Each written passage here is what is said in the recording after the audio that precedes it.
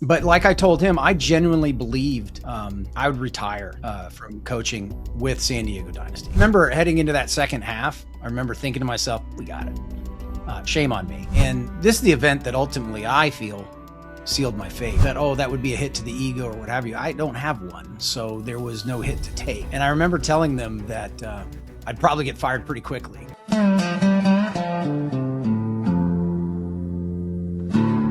Photographer of the Year. Let's hear it for Dan Shelley, Shellda Photos. Courage in my veins, running uphill, a wildfire heart that never stays still. I was born with a spark my daddy couldn't kill. Hello, and welcome back to another episode of the Shellda Podcast, where today I am joined again 394 days since the last time we chatted on this podcast with the brand new head coach of the brand new pro team, the Jungle Cats, Mike Bianca. Welcome back to the show. Thanks for having me. I love that new intro, by the way. It's fantastic. It's, every time I hear it, there's something about that song and those lyrics that just resonate so much with me. And I don't know, I haven't talked to my dad in a really long time, so it could be like that line. But I think last year, really stepping into, my vulnerability and like putting myself out there, I think those lyrics just hit a lot deeper now that I'm hearing them. Right. So yeah, music has a way of doing that, man. Yeah. It fires me up getting into the show every time. Yeah. Awesome. Yeah. Well, welcome back. So like I said, 384 days since you were last sitting in the seat, since I was last sitting here. And we're going to have a very similar conversation. I think right around that time I had asked you, hey, you had just gotten the news that you were Dynasty's head coach. What was that like? But where I really want to start off with is you just completed a full year as the head coach of Dynasty and are no longer the head coach. Like, take me through that year and what that process was for you. Yeah. I guess to answer that, I need to go back to the end of 2024, really. I had just finished, I was heading into my sixth season coaching the New Orleans Hurricanes. And we had just come off a disastrous World Cup. And I was contemplating serious radical change. I believe you and I spoke about this during the last time. So, but yeah, that radical change. So much so that I was really struggling on how I had planned to implement it, right? And I told you that I was praying about it, and then I got a call from Ryan Greenspan, and I felt that was as good a sign as any when it comes to my path forward. And ultimately, I think it was really good for the Canes too, right? Like I said in a recent interview, is it okay to shout out to other people? Please do. It's all one tight knit community. It's like the more eyes that we have on Paintball Dirt and Brandon Olson. He did I love what he's doing. It's fantastic. I do a lot of work with him. I send him a lot of my photos that he uses. Actually, I think the photo that came out for the article was one that I took of you. I'm pretty sure. That's awesome. That's correct. Yeah, that's true. So, but like I told him, I genuinely believed I would retire from coaching with San Diego Dynasty, right? We all wanted to be there, and there was a really good vibe for the most part. We hit the ground running, discussing pickups, the next season, goals, processes, etc. My favorite memory from this past season was that first practice, and I relive it a lot, actually. I met the team as a whole for the first time in Guadalajara, Mexico, of all places, Arturo's place. Awesome place, by the way. So shout out to his Mexican X-Ball League. He's doing a great job down there. Everyone was so incredibly welcoming. And as a matter of fact, when I met Blake Yarber for the first time, he handed me one of those miniature Zen gardens. And I thought it was such a thoughtful gift. I still have it. It's right over there. But again, the guys, I had put out a detailed agenda and all these things that I wanted to do. And the guys were, very accommodating. I remember Alex Frazier, he said he felt that was one of the better practices he had in a long time. And, wow. And I thought, man, this is a good sign. I felt we're really coming together pretty quick. They brought all the families out to San Diego. not just for everybody to meet, but then to have a practice as well. So all the family members are out there meeting and getting to know each other. I was genuinely impressed with the effort the team had made to welcome the new members. And, but yeah, so to go through the year, I start off with that because, again, it just felt great. It was such a good fit. We were all on the same page. We were all rowing in the same direction for, essentially the first 3 events. I knew we had everything we needed to contend for the championship in Tampa last year. We were all executing well. I felt I was using the pieces well. We had a crazy practice prior to that event. I remember thinking, wow, if, even with all this craziness, we're still getting things done. And at the event, man, this iteration of Paintball Fit, they just have Dynasty's number, right? They beat Dynasty every time they've met in the last, 3 or 4 matches. Yeah, it's been, they've been close matches, but they still they can't solve for it. Yeah. And I remember heading into that second half, I remember thinking to myself, we got it. Shame on me, but should never do that. But, so we end up taking second there, headed in Atlantic City. I genuinely believed, we had a great shot at winning that event as well. We had a solid practice, no craziness. Everyone was looking good. We were focused. We caught a bit of a reality check that first match against Arsenal, which was good, by the way. It woke us up, gave us an opportunity to adjust and to have those conversations early on, right? Yeah. Then we ended up in a bit of a bad situation with the Tauntauns in the semis, losing by 1. Of course, shouldn't have been in that situation in the first place, but it is what it is. But yeah, so we had a second and a fourth under our belts now. Heading into the Midwest Open, I'm like, yeah, all right, it's coming, right? I felt we were playing that field right. Everyone was producing. We had sent Damage home again for the 3rd time. Come Sunday, we had such great scouting data and info on heat. We just ran around getting dinked.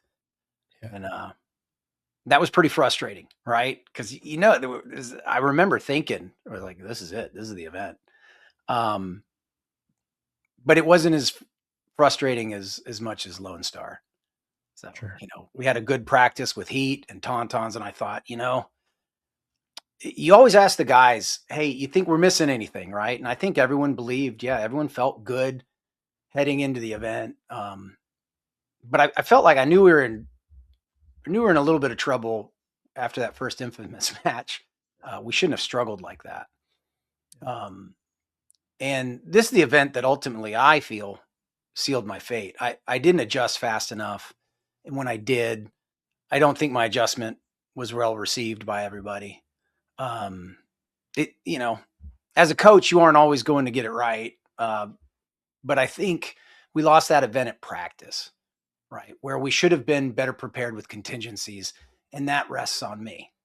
Sure. Okay. So shortly after that event, I got the call that they wanted to try something different heading into World Cup. And they wanted to put Junior in charge for Cup. And I guess that's when I knew I was going to get a call after the event. I held out hope that they would give me another season, but ultimately, it was on me. Don't get me wrong. I will never say a disparaging word about those guys. There is no ill will, and I don't have anything but good things to say about them. I especially appreciate Ryan and Arturo and Junior and several Champions Club members. They all reached out to me after the call with the Osh with nothing but kind things to say. So I think they're in a great place heading into the next season. So, wow. But yeah, that's the year summed up, right? Hey, super quick before we go any deeper into this episode talking about sponsorships, I actually want to give a shout out to some of my sponsors. So first and foremost, I partnered with ProDNA to have an absolutely amazing year. We've got a lot of cool things planned for 2026. Some different t-shirt straps you're going to see, some other merchandise. It's going to be pretty awesome. So definitely stick around to the podcast and make sure you follow me on Instagram because we're going to be dropping a lot of really cool things this year. And then for anyone that knows me, family means so much to me. I have always been a big family person. So partnering with BFP Gear again for 2026 it just means so much to me. Junior and Gina Brown have taken me sort of into their paintball family and have really treated me like one of their own, which is why I love what they do, because that's how they treat everyone that walks into their stores and everyone that shops online at BFP Gear. And my favorite thing about partnering both with Pro DNA and BFP Gear is you can buy Pro DNA gear on BFP Gear's website. So after you're done listening to this podcast, head over to the description. I've got some links down there where you can grab some Pro DNA gear and, of course, pick up some of the latest deals on BFP Gear. All right, back to the episode. Right. Yeah, I appreciate you going into detail because, I often think about, I'm a big person on comparing, right? And that's how my brain works, like using analogies and whatnot. And I often look at Dynasty as like the Yankees or some sports team in New York where whoever steps into that role, you're expected to perform immediately. Yeah. And if you don't have the success, they're already looking for like what's next. Mm-hmm. And the year that you just described, if you remove Dynasty out of there, and let's say you put the Jungle Cats in there, mm-hmm. you would be like, that is an insane successful year for a paintball team to build that progress all the way up. But to get to that close, then keep coming up short. How did you handle going from Lone Star into Cup, knowing there was a change that was happening? Because mm-hmm. if I put my Mike Bianca hat on, that you're stepping into a different role, but no one else does outside of that camp. Right. And so what is that process like for you when people are still calling you, hey, the head coach, and you're like having to almost not say anything? Right. Well, I've said this time and time again. I have a servant's attitude. And when I got the phone call that they wanted to make that change, I was like, whatever the system needs, whatever the program needs, whatever I want to do what's best for the team.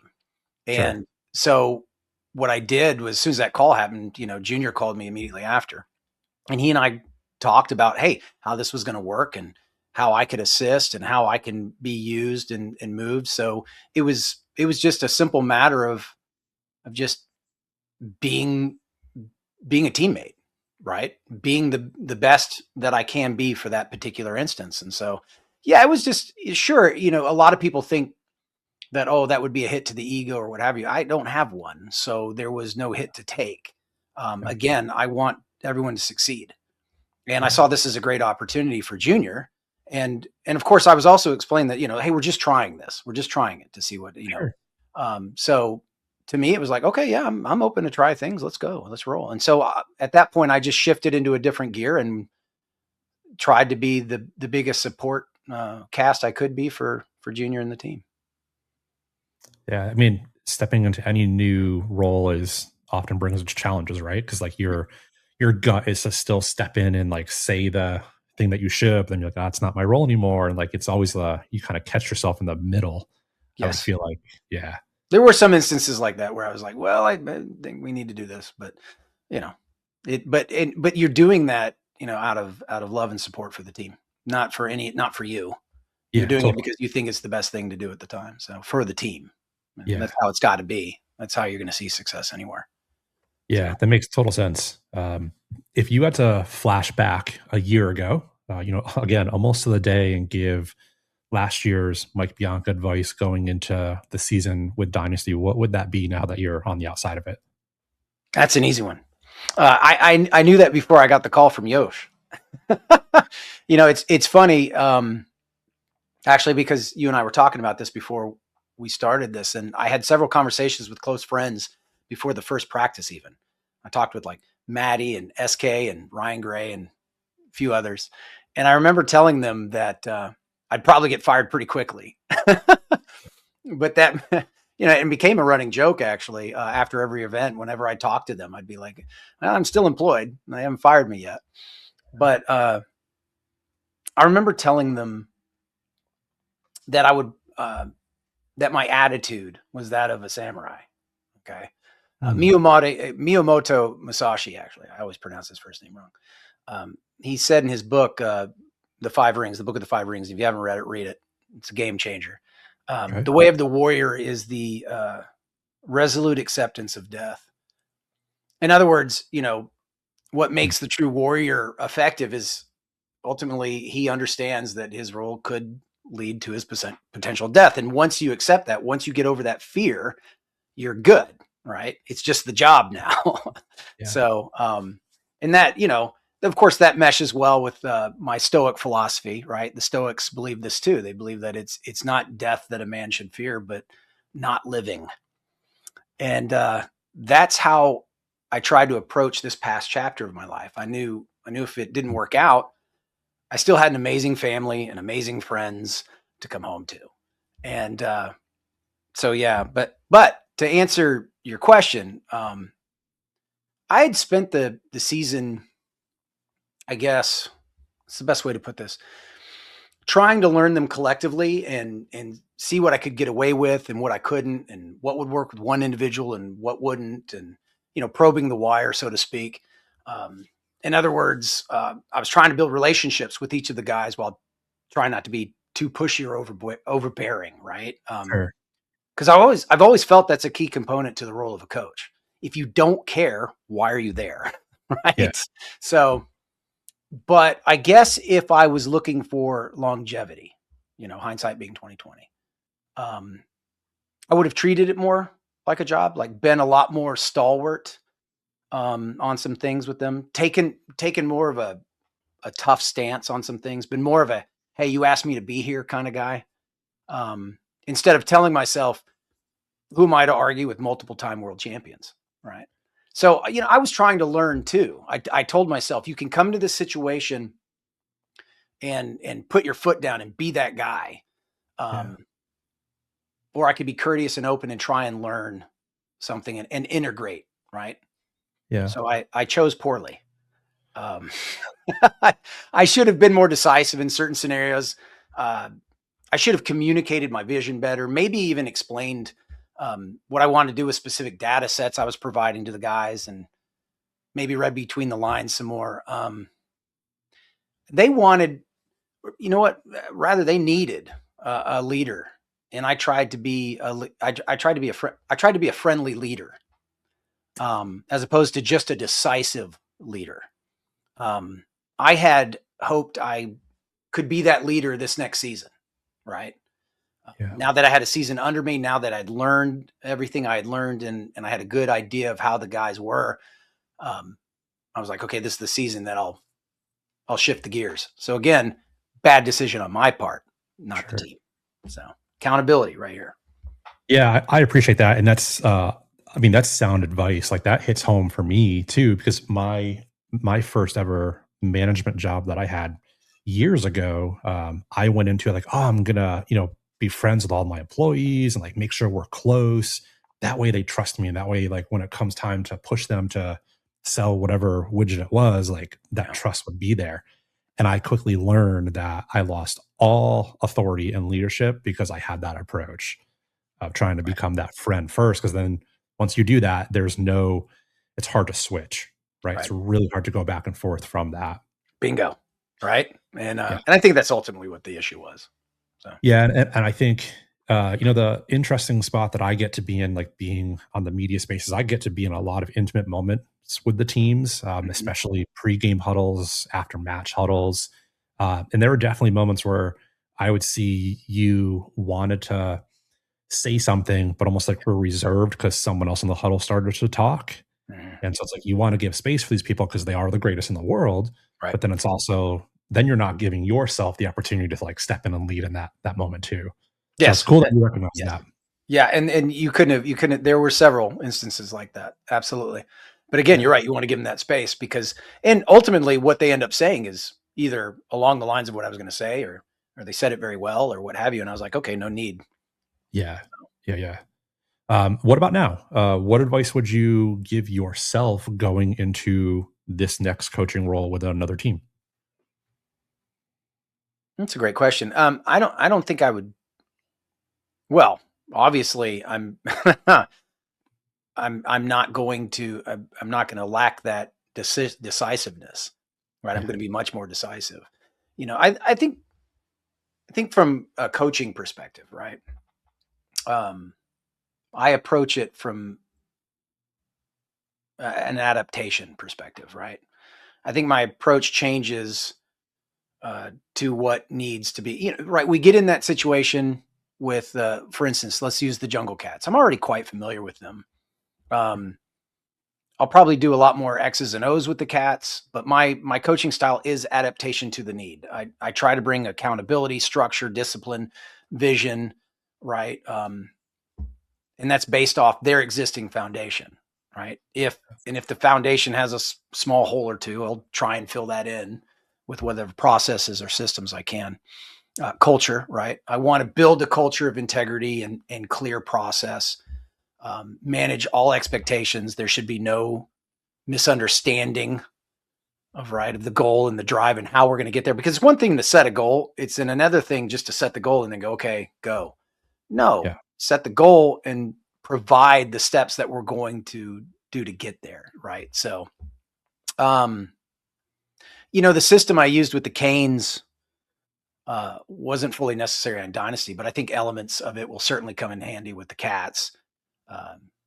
Again, the good news is I'm already got a great relationship with the Atlanta Jungle Cats, right? So I don't have to learn them, right?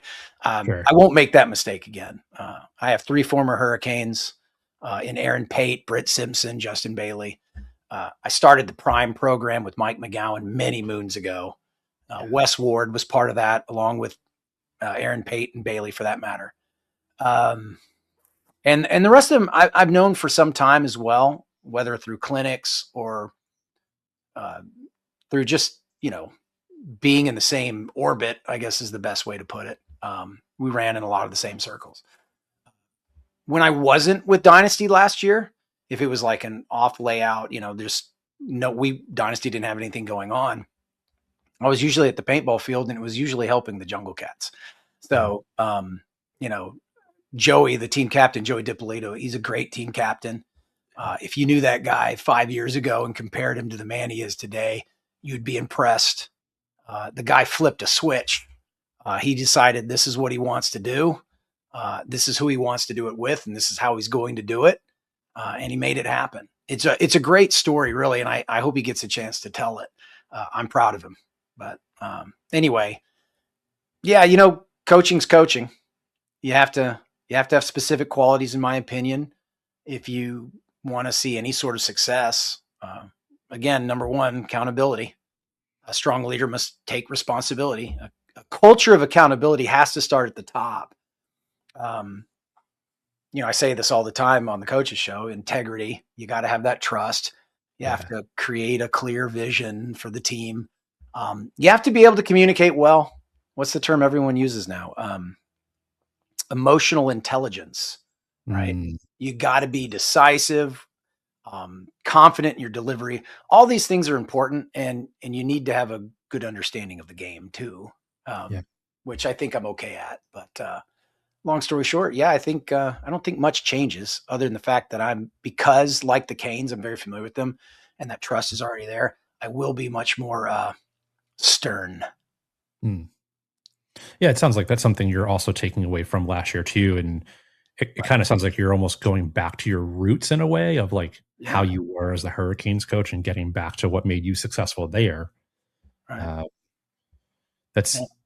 Is there any other approach that going into, I think anyone stepping into a head coach shoes of, one of the best teams ever to play the game, and then a year later stepping into the shoes of potentially players who have never even stepped on the pro field before, are you having to manage those relationships at all any differently from those players?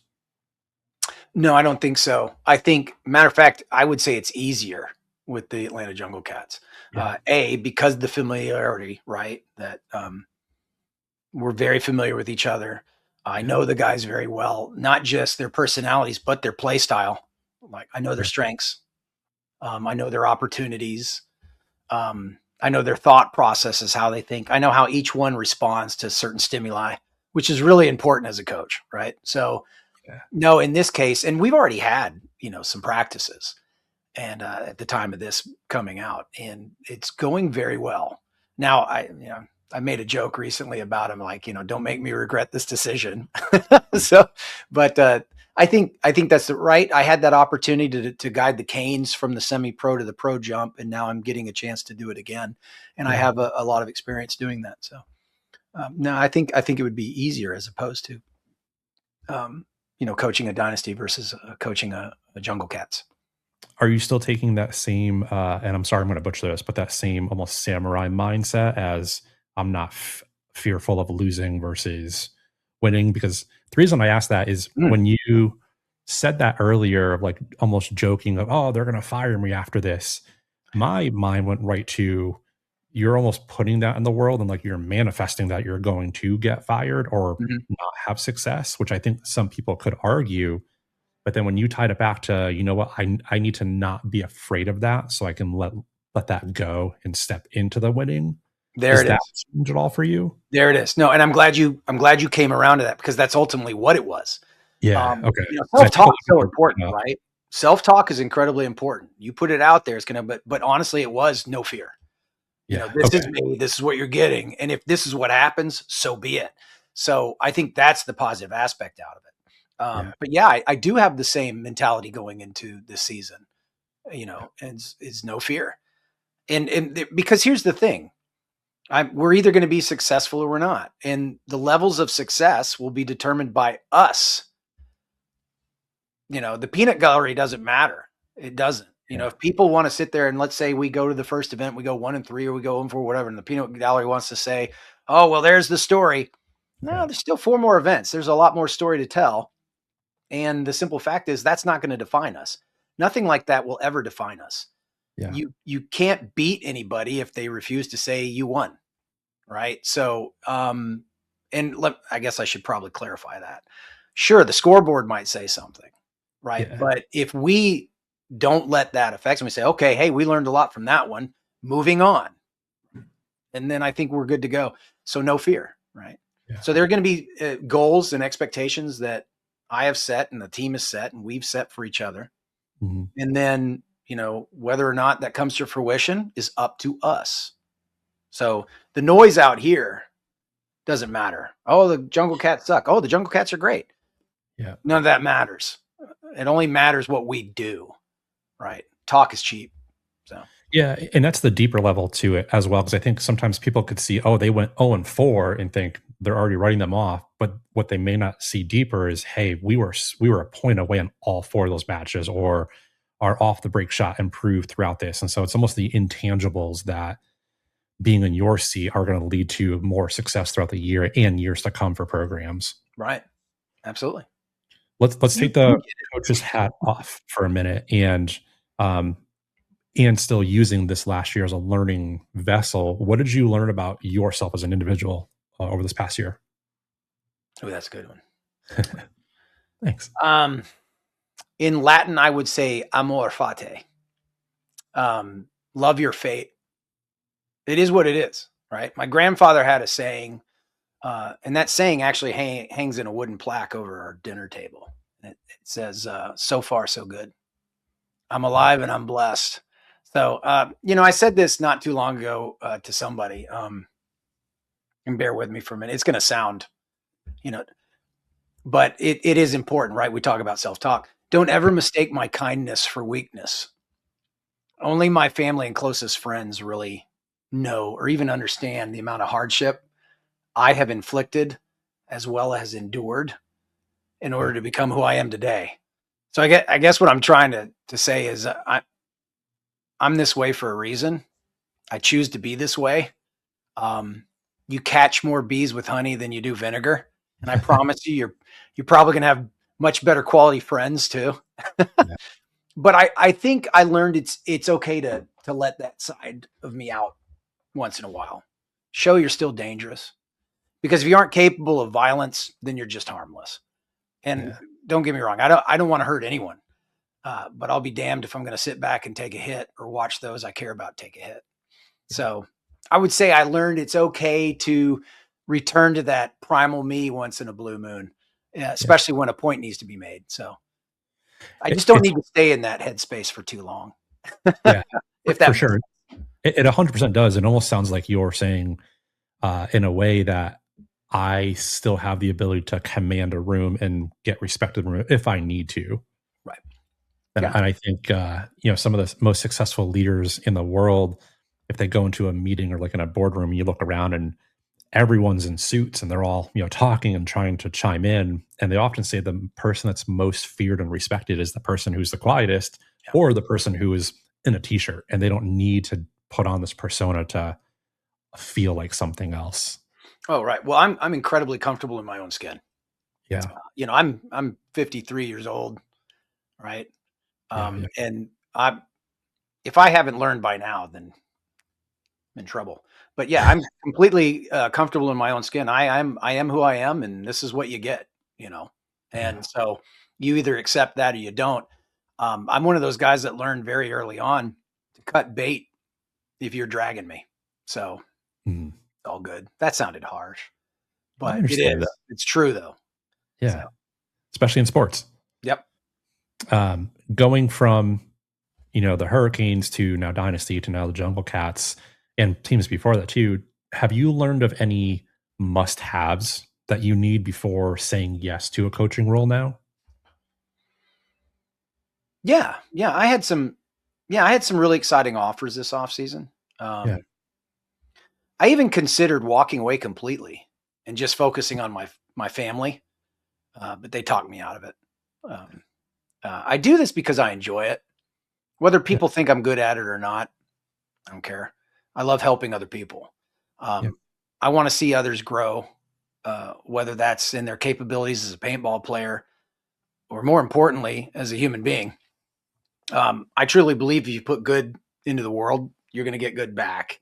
And God hasn't shown me any different after 53, years. So, but there's certain things I guess I require. And I won't go into any like things like financial or Sure. I'm not stuff like that, but I'm pretty cheap actually. But I would say respect. Show me respect and you will get it right back in spades. So I require respect. That's all I ask. It's simple, I guess. I hope that wasn't too simple. But yeah. No, and I asked it in a way where you could take that wherever you wanted to take it. And I think that's one of the themes that has shown up so far on our conversation is the respect from last year and not stepping and having certain conversations, certain ways where you almost lost respect or didn't honor the space where respect was needed. And so it's cool to see you realizing that, hey, I need that moving forward going into these next roles. Oh, 100%. 100%. It's funny. I was always that way. And that's why it was so strange.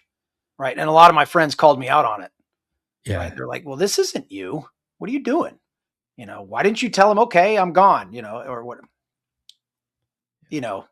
We all grow and learn at our own different paces in different environments. Sure. I might learn something a lot quicker in one environment, and I might learn it a little bit slower in another. So it is what it is. But I will always give respect where respect is due. And I'm actually one of those guys a little bit, I'll even give you 1 or 2 strikes, depending on the severity of the strike. But I'm also that guy that once I've realized that, okay, that's not your MO, well, then I'm not playing. And I won't waste my time with you anymore. So. Yeah. I love that. Great answer. This last year, I think you obviously know because you and I had a lot of really in-depth conversations about this, but imposter syndrome has been a really big classroom in my life lately. And I've done a lot of work this last year to like really understand what it is on a deeper level. Mm-hmm. And you and I have had some conversations throughout last year. And I think almost as soon as we got done recording our last podcast last year, you're like, man, I wish I had talked about that. Right. So let me give you the space to open up and talk about what imposter syndrome means to you. Yeah. So I remember, again, I am man enough to recognize that there are other men. I lean on other men a lot. Like, hey, what's your thought on this? But I remember when I got that phone call to coach Dynasty, I remember thinking, why in the world would Dynasty want me? I haven't won anything. Right.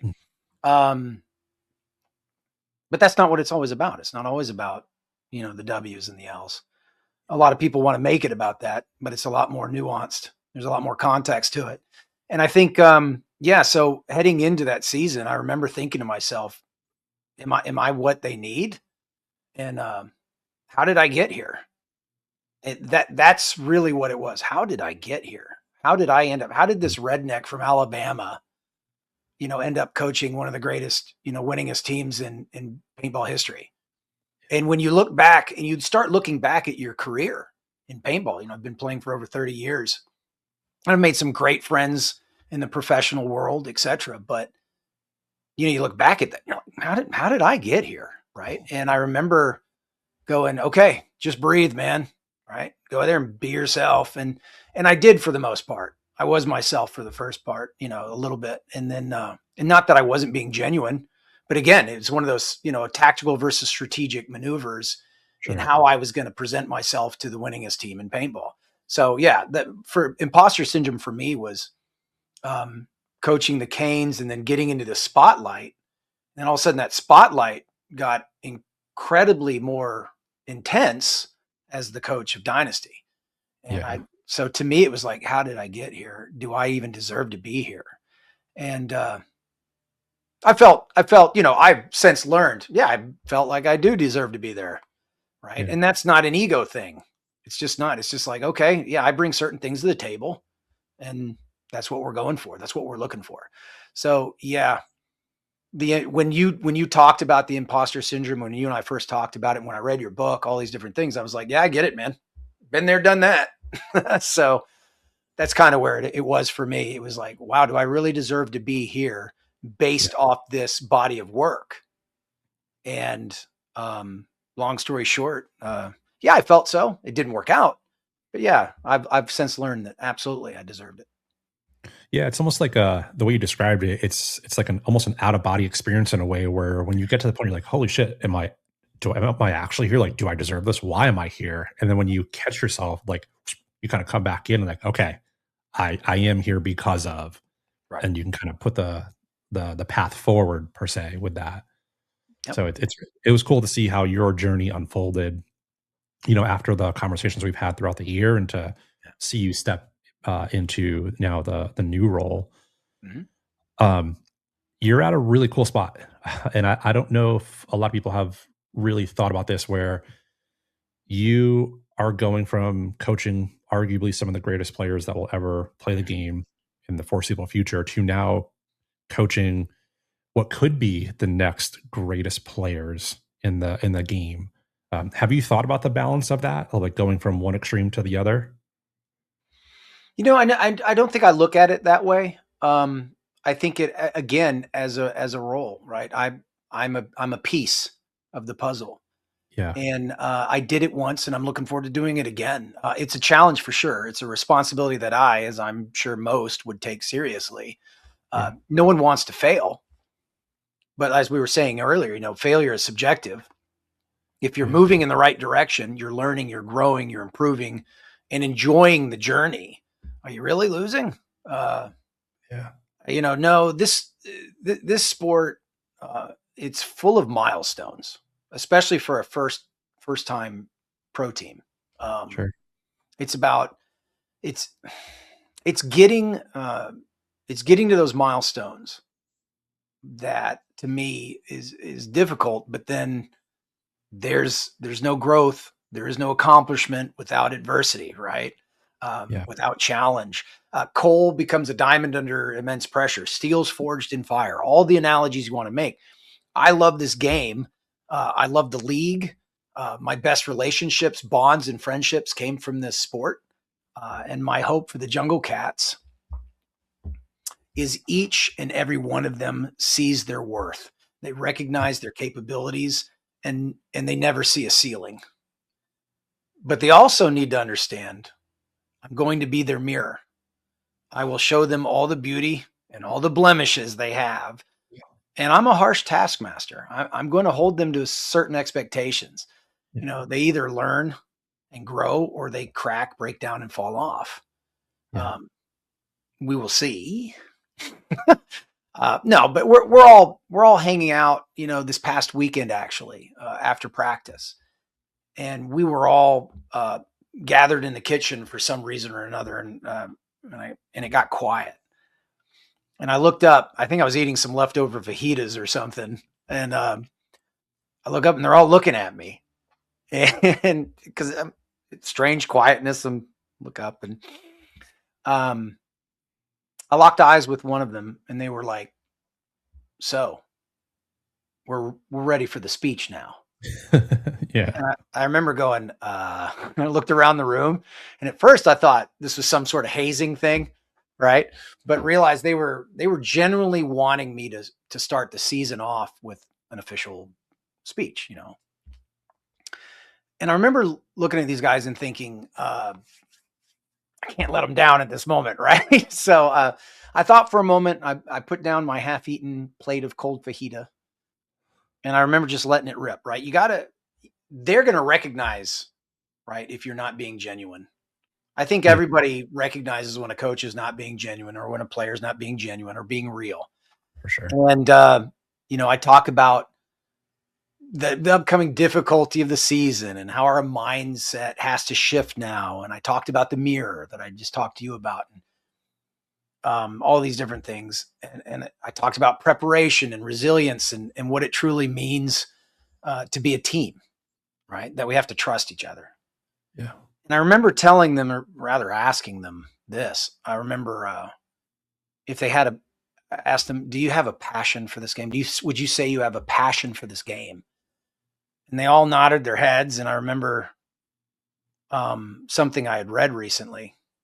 And I said, well, the word passion comes from the Latin word passio, which means suffering, or rather to endure. Wow. And I told them that they think pursuing their passion is chasing something they love. And I said, wrong. What it really means is you're finding something that you're willing to suffer for over and over and over again because you love it, because you really love it. You're willing to endure the pain and all the hardship that's going to come with that pursuit, right? Yeah. With that passion. Because if you really love this game, if you really have a passion for it, they have to be willing to suffer to be successful. Yeah. And because that's what it's going to take. So yeah, that's where we're at. What a beautiful, I guess we'll call it a mini kickoff for your coach's speech.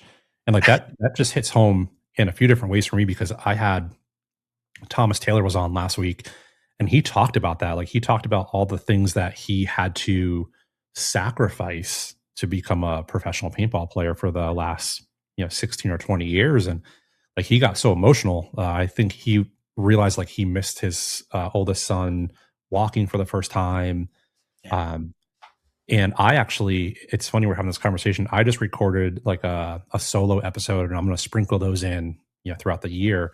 And it was on this exact topic of when your passion becomes too much, and where your passion then becomes your identity, and you're so ingrained in it where it could suffocate you, right? Where like everything that happens is now, if it's successful, if paintball is successful, that's what you're defined as. If it's not, that's also what you're defined as. And so it's such a fine line of suffering with passion, but not letting it overcome and take you over, essentially.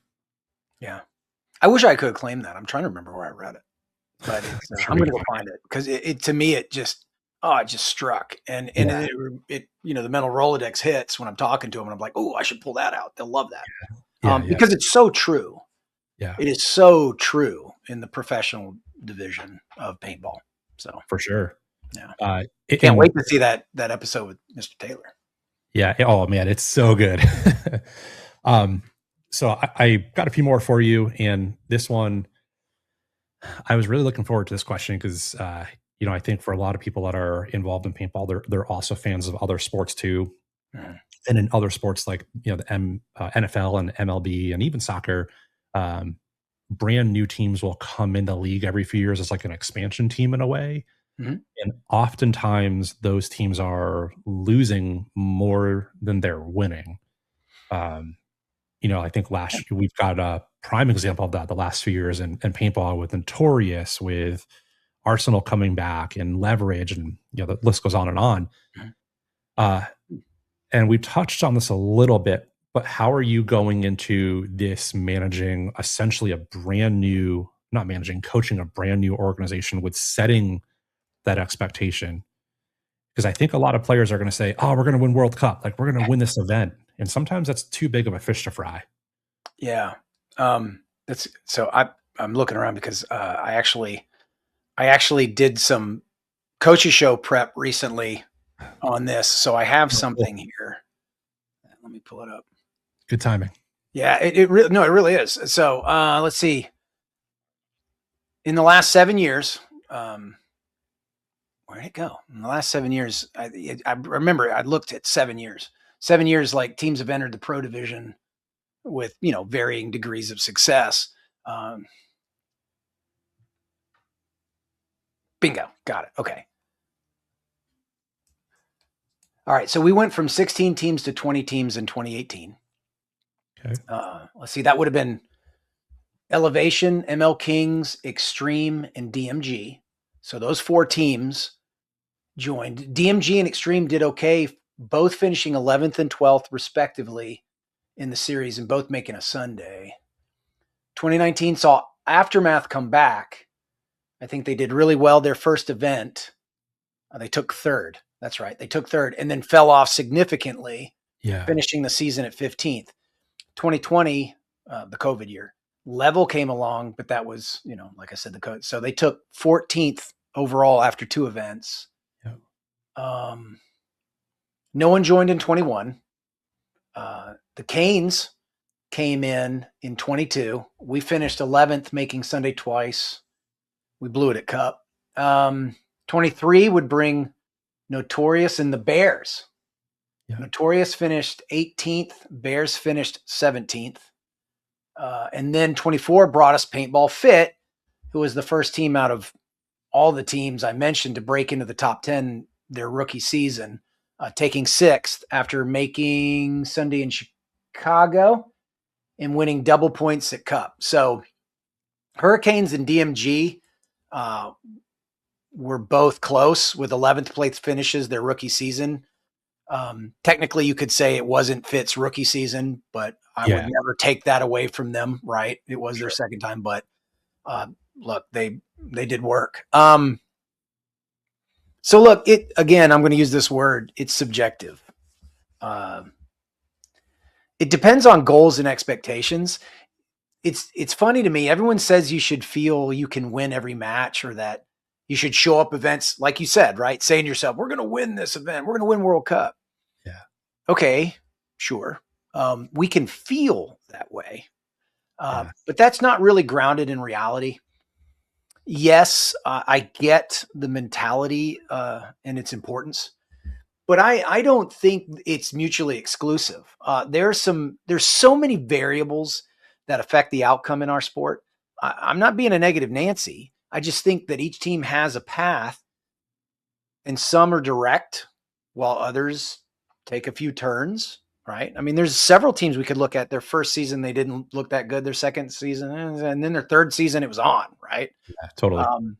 Any team that makes a Sunday or two their first season or pulls off the upset of a top tier team,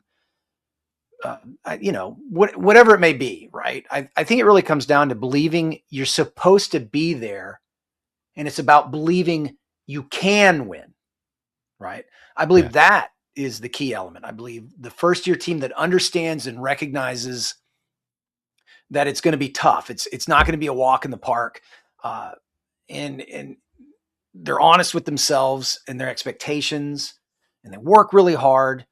They really put in the time and the energy and the effort. I think that team's going to be way more dangerous than the team that isn't necessarily honest with themselves. Yeah. And for lack of a better term, has delusions of grandeur. The team that doesn't get bogged down when a loss comes will probably do well. The team that isn't surprised when a win does come will probably do well. I think that's a common misconception. Being confident doesn't mean you feel you're going to smoke everyone. The key is understanding that being confident is recognizing you deserve to be there and you have the tools to win. You have the capability and the opportunities. Yeah. But it's up to the team to ultimately execute well in order to win, if that makes sense.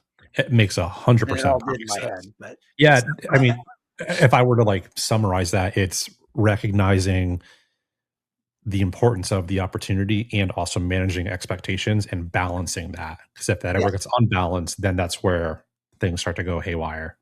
yeah. Balance is so important in our sport, right? It's so important. Balance, whether it's how you're playing a field, like the team that has the balanced approach, they can play fast, they can play slow, their tempo changing, right?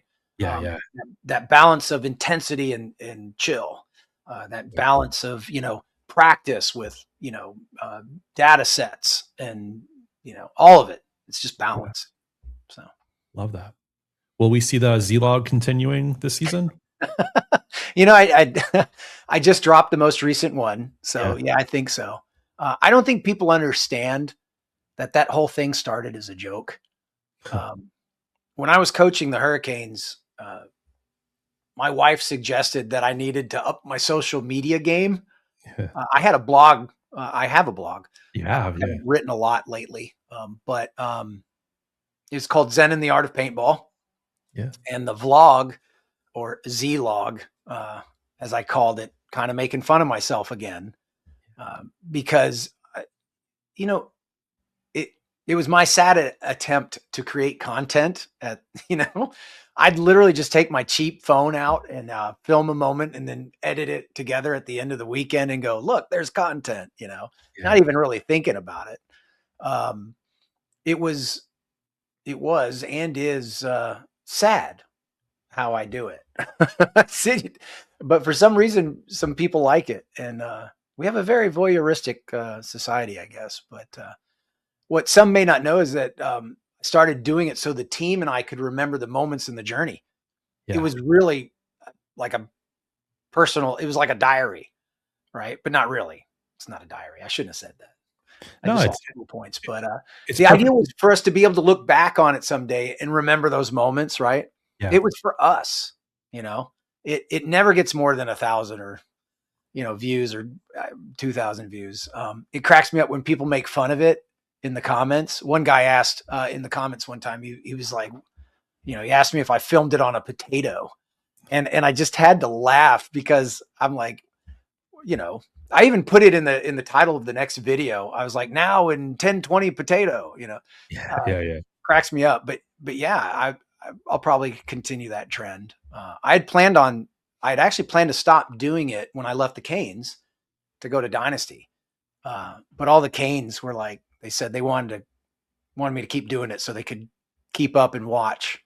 And Yeah. that's crazy. But it's just me, my Android, and Microsoft Clip Champ. That's all it Hey, is. it works, and like the way I look at it, it's sort of like being a photographer where sometimes if I'm asking somebody like, "Hey, let me take your picture," it feels uncomfortable in the moment. Right. And then weeks or months or years later, when you look back and see it, like you're so happy that you took the time to do that because you're able to relive so much of that moment. No. And I think that's sometimes where like players, because I saw a little bit of it this year where like, you can tell some players were uncomfortable with it. But 10, 20 years from now, when they're retired, they're going to be able to look back at certain events and certain matches and see a whole different perspective than what they'll normally see. Yeah. And Yeah. so My it's favorite cool is they usually think I'm taking a picture, so they'll smile, yeah. and then I'm videoing, and they're like, "Oh, this is video." I'm like, yeah. Yeah. I love doing that's like the best stuff. Yeah. But that is the best stuff, right? When you just ambush it, right? You're like, you're having a moment, and you're just like, you know what? I should record this. Yeah. And that's all it is. And it's just, some people, thought that I would do it. That's why you never see really cool high intensity moments. Yeah. It's because I'm not Z-logging when it's important. I'm usually Z-logging when there's absolutely not, it's just kind of an inside look behind it. Hey, what's the shenanigans that go on when we're not really working? And that's what it is. So. Yeah. And that's one of the things that whenever anyone asks me the question of, hey, what is paintball missing? It's content like that. It's the behind the scenes. It's the stuff at the hotel. It's the stuff in the mornings. That's where that's where fans connect players more because they start to learn who they are and learn their personalities and what they're like off the field. So when they see them on the field, it clicks in their mind of like relatability. Yeah. So, And, the Z-log may morph a little bit this year. I met an incredible young man this past weekend named Connor. He owns Two Dope Media, and he and I were just kind of chatting. He's just now getting into it. He hasn't been doing this long, but he's really excited about it. He's learning the ropes. And then, Blaine's wife, Kat, on the Jungle Cats, does a lot of work for the team. She'll video practices and et cetera, so they can go back and watch tape. And we were chatting and we are like, wouldn't it be cool to catch some of those moments where I'm not thinking about it? I don't think to go, oh, I should pull this phone out. So you might see a little existential stuff now instead of, the camera, but I'll still probably have those moments and mix it in with some of that, but we'll see. I don't know. It was just a thought, and we just chatted about it a little bit. So, hey, you put it out in the world. It could happen now. It could happen. That's right. Yeah. Man, this has been awesome. I think you're the first guest that I've had on twice so far. Well, it is an honor because I love what you're doing. Yeah, I really do. I think we talked about content, right? And this is great content. And matter of fact, you were nominated. The Coaches Show was nominated. Crazy. PTG in the Pits and the Spick and Span Show, and it's really cool. It's really cool. Yeah, it's going to be special. Whoever wins what awards, or just being in the conversation with some of those people is unreal. I'm sure it's the same for you guys. Like you started this journey I think 2 years ago now, and me last year, and so just to be in the conversation with PTG and Spick and Span as we're growing our shows, it's an honor, that's for sure. Yeah, absolutely. That's exciting time. There's a lot of shows popping up now. There's a lot of content out there. Yeah, and I try to check all of them. I really do. Yeah, it's such a good problem that we have. Yeah, it is. So many times people are like, oh, I'm so sorry I missed this episode. I'm like, please don't apologize. That means there's so much content going around. It's a good problem to have. That's right. I agree. 100%. But as you know, I always end my shows with a pretty cool tradition. That's right. Yeah. So I'll give you a little bit to think about this one. Yours is a really good question, obviously coming from Thomas Taylor last week. And he's always thinking about, growing the sport, and he's done so much for the youth with Iconic now. And this question comes up a lot, but he asked it very pointed. He said, if you could do just one thing to push paintball forward 10 years in this moment, what is it, and how would you do that? Youth leagues.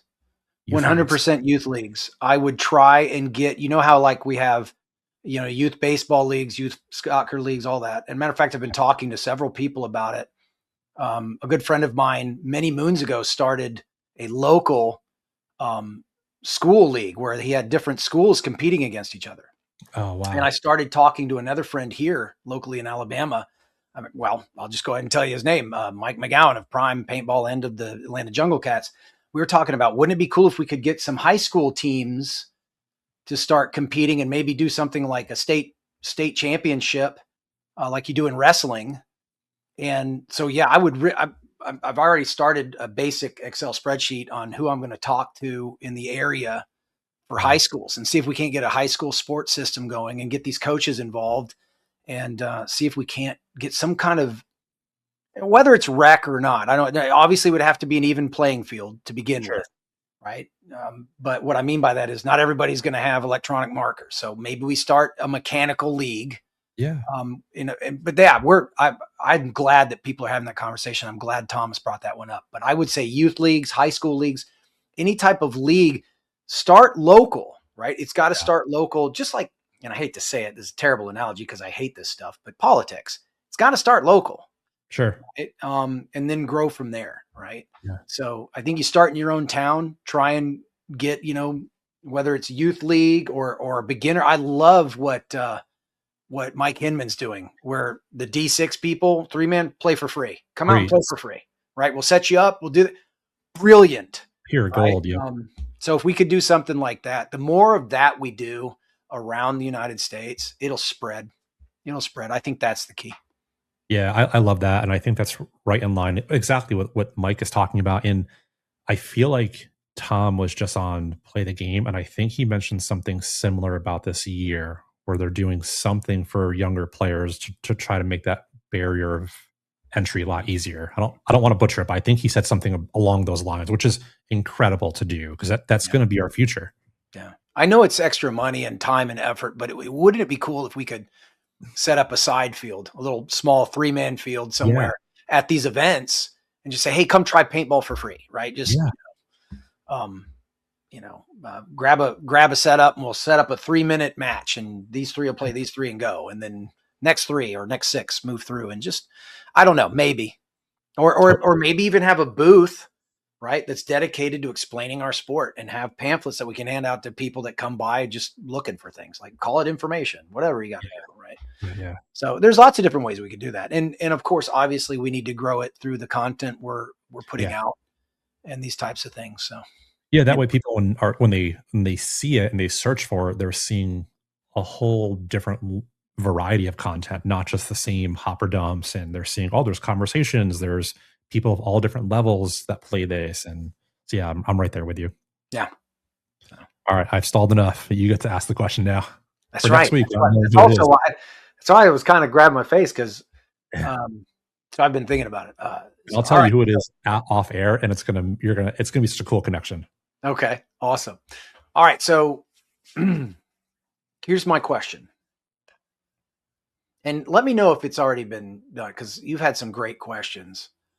If you could transform something in this world, what would that be? Okay. So we'll get existential here. We'll get big. Let's get out of sport. Let's get into humanity. Let's get into the world. If you could transform something in this world, what would that be? Okay. No one's asked that. That's a beautiful question. And when I ask it, I will be specific to say not in paintball. Right. Forces them to think outside of the box there. Bingo. Yeah. Gosh, I love it. Mike, I'm so glad to have you back on. And, we're right at the same spot where we were last year. We're like the chapter is about to write itself. And you're about to step into this new journey. And it's going to be really cool to see how you grow this year and how you grow a new set of players and help this program really step into who they are. Just there's going to be a lot of learning for these guys this year. Yeah, I'm really excited for the Atlanta Jungle Cats. They're a good group of guys. They're hungry. They understand the mountain that is in front of them. Yeah. Right. And I think they're up for the task. So we'll see. I think so too. I love it. Well, to everyone else, thank you for tuning in to another episode of the Shellda Podcast. We'll catch you next time. See ya.